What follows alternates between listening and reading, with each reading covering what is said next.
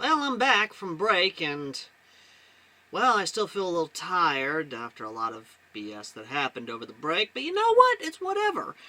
I'm back, I'm going to be making content again, and you know what? Why not start off simple by doing a pitch meeting? As many of you know, I love doing pitch meetings because it allows my brain to be active and create really interesting story prompts and ideas. This time, however, I thought I'd do one for a friend. A friend whom I have made over my, well, I wouldn't call it a career, over the many videos I've made of his actual content, and of course of his stories, and, well, everything else in between. Something that, legitimately, I enjoy.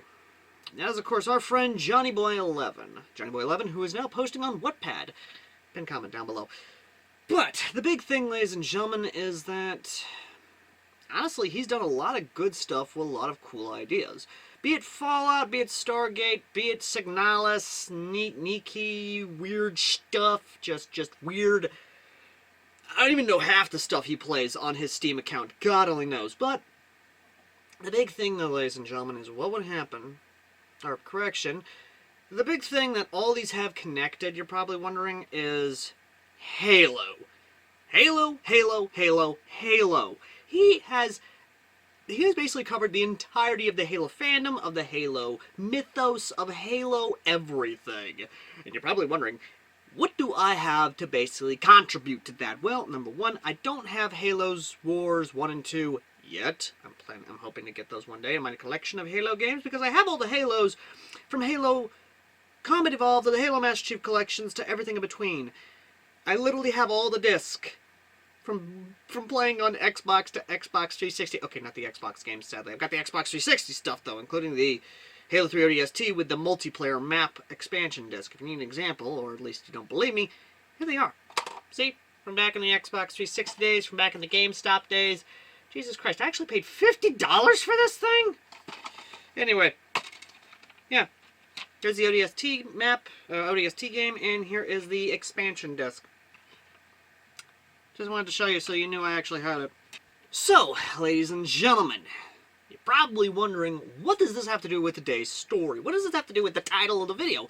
What does any of this have to do with JohnnieBoi11? Well, we're waiting. Well, I'm happy you asked. The thing about JohnnieBoi11 is that his mind, much like my own, is wired in a way that he comes up with very creative ideas. He comes up with really interesting ideas, very cool story prompts and ideas. So I thought, what the hell, what would happen if his ass basically got Overlord? Excuse me, what? Okay, so, bit of context here before I go into this, assuming not many of you have seen Overlord, or even heard of Overlord.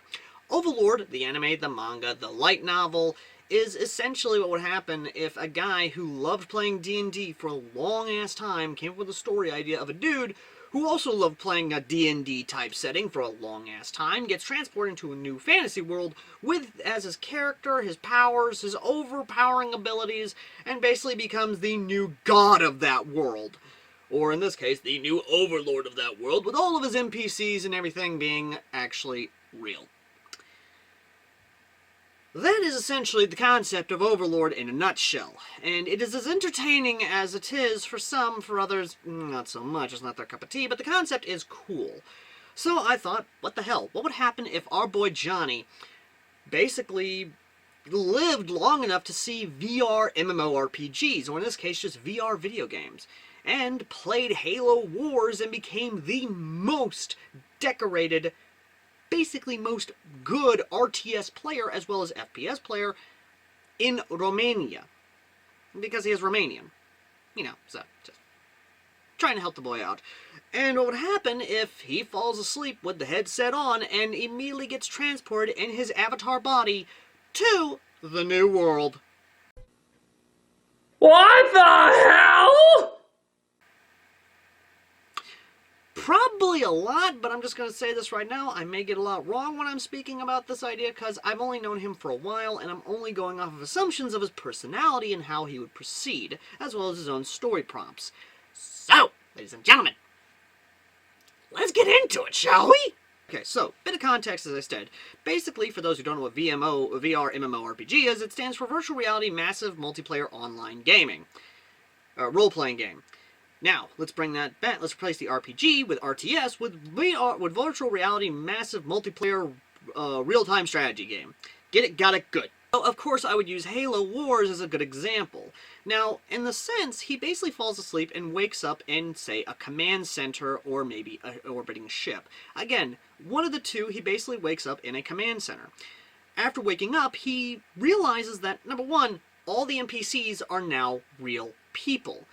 And I don't see him as the kind of guy who would panic, honestly. So in reality, he'd probably take it in strides, kind of just fall into that that point of being a commanding officer for an entire UNSC, either base, detachment, or an entire fleet. From there, he could literally, in the most literal sense, kind of go on and basically kind of explore the world. Now, if he's in orbit or in base, the concept still goes the same. He would send out a Spartan team to recon. Now, you're probably wondering why Spartan team. Well, number one, Spartans are very good at reconnaissance, and just overall, they're Spartans. They're meant to be the best of the best. Now, at that point in time, he would probably send out Noble Team. Contact with Visegrad Relay was lost last night. All signals flatlined at 2600 hours. I responded with trooper fire teams, which have since been declared MIA. And now you're sending us. The Office of Naval Intelligence believes deployment of a Spartan team is a gross misallocation of valuable resources. I disagree. Commander. So that's our new number 6. Cat, you read his file? Only the parts that weren't covered in black ink. Anyone claim responsibility, sir? Oni thinks it might be the local insurrection. 5 months ago, they pulled a similar job on Harmony. Hit a relay to take out our eyes and ears, then stole 2 freighters from dry dock. That cannot happen here. Reach is too damn important. I want that relay back online, Noble One. Sir, consider it done. Then I'll see you on the other side. Holland out. If Halo Reach has taught us anything, Noble Team is very good at reconnaissance. So much like the first mission in Halo Reach, Noble Team would be, of course, inserted into the woods outside of what they would have scanned to be a small village to kind of get some information on the planet. Only to come across, of course, the one moment where the 2 sisters are about to be killed and brutally murdered by knights. At that point in time, Noble Team would, of course, ask if they can execute and save the civilians. Now, unlike most, JohnnieBoi11 I know has a conscience. Unlike what everyone else does to portray, of course, all these different players and stuff as overly moral, overly this and that, JohnnieBoi11 has a conscience in a sense of, I believe he would save them, number one, to kind of show, hey, we're the good guys, and number two, get information, as well as get a, nice little loyalty type deal.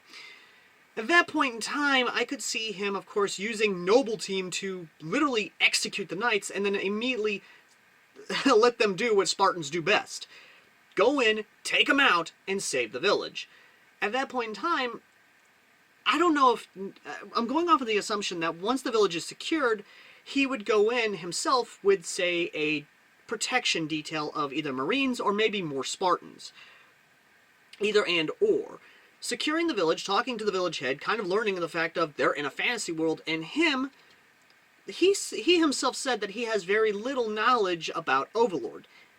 This would actually work in the story context in the sense that, yes, this is from a point of view of someone who doesn't know Overlord. So, as it goes along, he himself, if he was to write this, would actually learn about the world and the story elements alongside his in-universe character.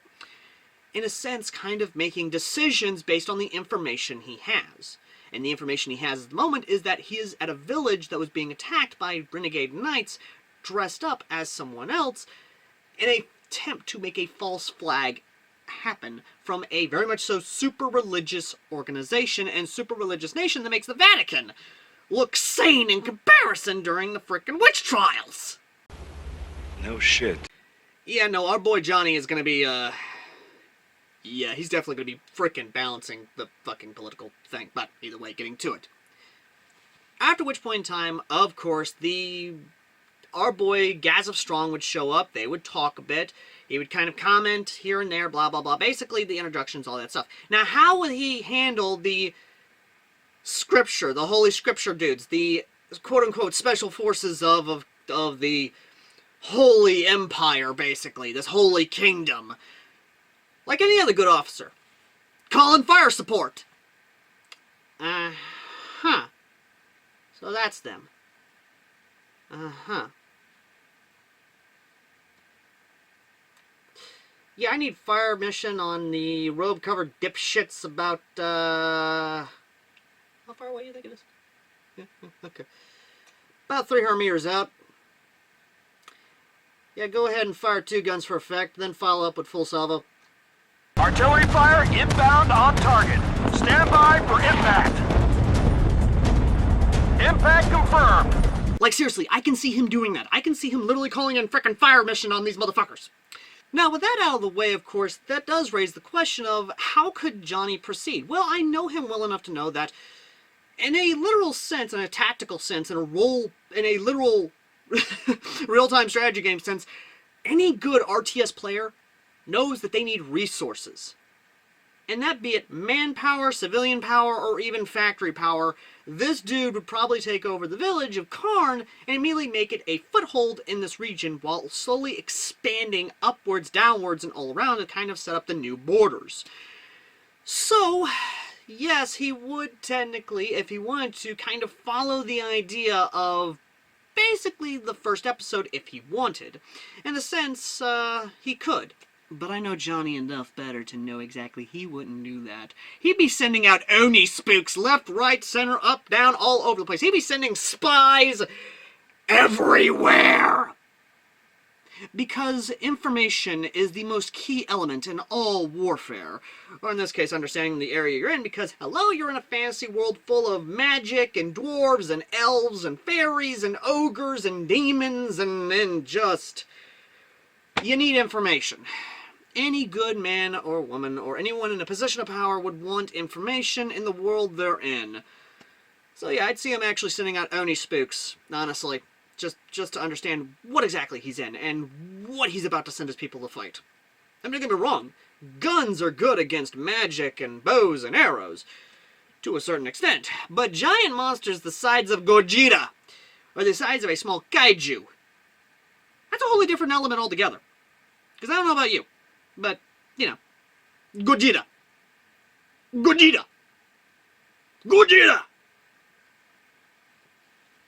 So, yes, in that sense of the word, he could definitely continue on as normal, gathering information, and when the element of, you know, adventuring comes into play, maybe he could send out one of his team members, or one of his people out there as, like, adventurers, or go to, of course, the Rantel kingdom itself to kind of point out, hey, Karn Village is now our territory, we're here, you know, that sort of thing. And when the whole cult thing happens, he basically goes in there like it's Waco. I make a joke about that, but instead of going in there like Waco, he'd probably go in there like any other person who plays Left 4 Dead. 'Cause, I'm sorry, zombies, you say? Yes, I know they're skeletons, but seriously, zombies, you say? Excuse me, good sir. I need to get my shotgun to take care of some zombies. 'Cause seriously, anyone who understands the undead knows how to take care of the undead. And it'd basically be World War Z strategies. I'm talking frickin' rifle lines, aim for the head, take them down. Oh, there's a skeleton dragon? Okay, let me just go ahead and get some rockets on that sumbitch. All seriousness, though. Basically, the idea here could work in a sense of JohnnieBoi11 could actually explore this new world through his own character, or at least an idea of an alternate self. Maybe even kind of speculate about the future, kind of talk about, you know, kind of maybe reminisce about the day of his younger days to this older character of himself. Again, it's one of those things of, it could work as a self-insert story, but not in the same vein of a self-insert story as we've always seen of, oh, he's overpowered, he's got a harem. No. JohnnieBoi11 is not that kind of guy to do those types of stories, unless for comical reasons. Instead, it would be him as someone who plays Halo and RTS, as someone who plays Halo and RTS, handling a situation where he plays Halo and RTS. But, again, it would be an interesting concept for him to explore. Halo and Overlord would work greatly as a story setting. Not just the idea of Momonga and, of course, the Great Tomb of Nazarick basically showing up. No. As how would the world change with the UNSC showing up in this world? Or hell, any other advanced civilization showing up in this world, because the lore of Overlord is vast and shows how players have actually shown up from time to time and have actually helped shape the world, for better or for worse. And not even bringing up the dragons, not even bringing up all the other stuff that's come up in the later seasons of Overlord, all this stuff that has shown up is a good example of how much of a challenge Johnny could face, not only as a military leader, but as a political leader as well.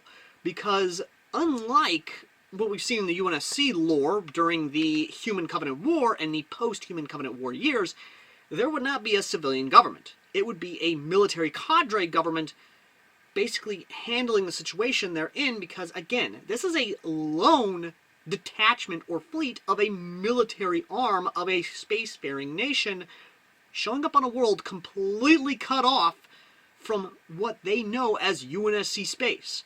And depending on what era he goes with, it could be before the Human Covenant War, it could be during the Human Covenant War, it could be post-Human Covenant War. I'm talking Halo 4 post-Human Covenant War. This is still my pre-order thing I got from a long time ago, from when I pre-ordered. Moving on. Like I said, there's a lot Johnny could do with this story concept, and honestly, I'd love to see him explore it just for the hell of it. I mean, hell, it could be basically one of the things of he's just exploring it for the hell of it. And, again, I'm just saying, he doesn't have to. I'm just putting it out there for shits and giggles, because honestly, the idea has been boggling around in my mind for a long time, to the point of, legitimately, it's a cool concept and a fun idea. How would a normal person with the ability to basically make a military industrial complex or even a military type nation react to basically being put in this fantasy world? How would they honestly react, and how would they handle the situation rationally? Because JohnnieBoi11 is a rational person, unless, you know, not able to handle a rational situation. But, in all seriousness though, there's a lot of cool stuff that can come from this, and I do hope he likes the idea. And Johnny, I know you're watching. I hope you like it. I really do. But, till then, ladies and gentlemen, as always, I've been Airsoft Al, and I shall see you lovely, lovely people in the next video. And I promise you, the next video will be a lot of fun. And here's to 2024. Till next time.